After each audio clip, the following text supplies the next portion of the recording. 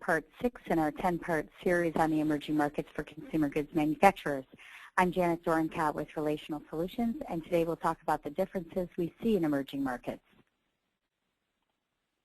Consumers from emerging markets are vastly different than those we see in modern markets.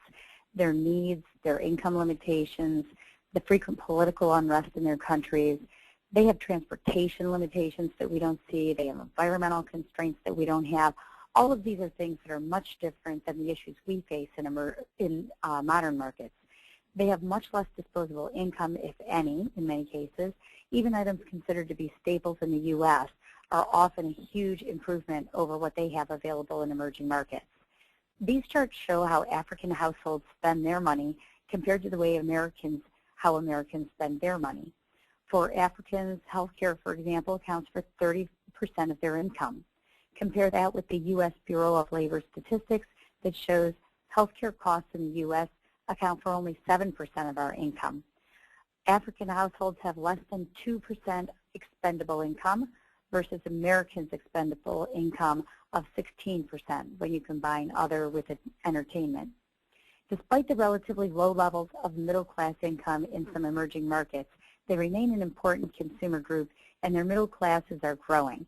Engaging with these consumers at an early stage is a smart strategy for building brand awareness and creating and shaping the market for offerings down the road.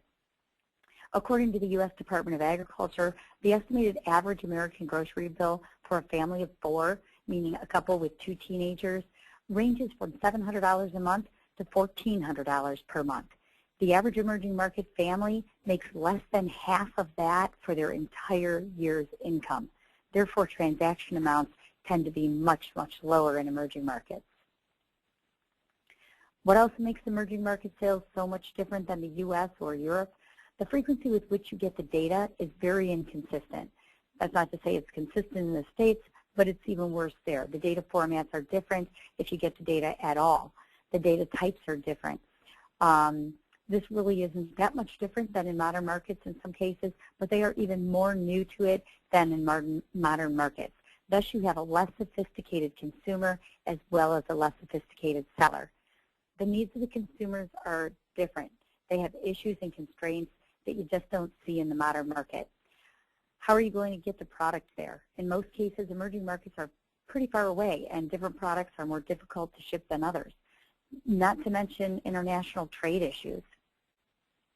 As we talked about in Part 5, their currency is very volatile.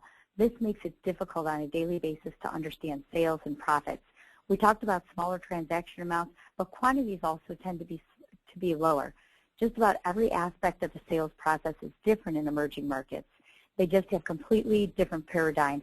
We'll discuss how these differences impact and how they impact sales and how difficult this makes using that sales data in Part 8 on our Emerging Market Data Issues series. Part 7 will discuss examples of entering the emerging market. For more information, please subscribe to our YouTube channel, follow our blogs, call us to learn about our solutions, or follow us online. Thank you.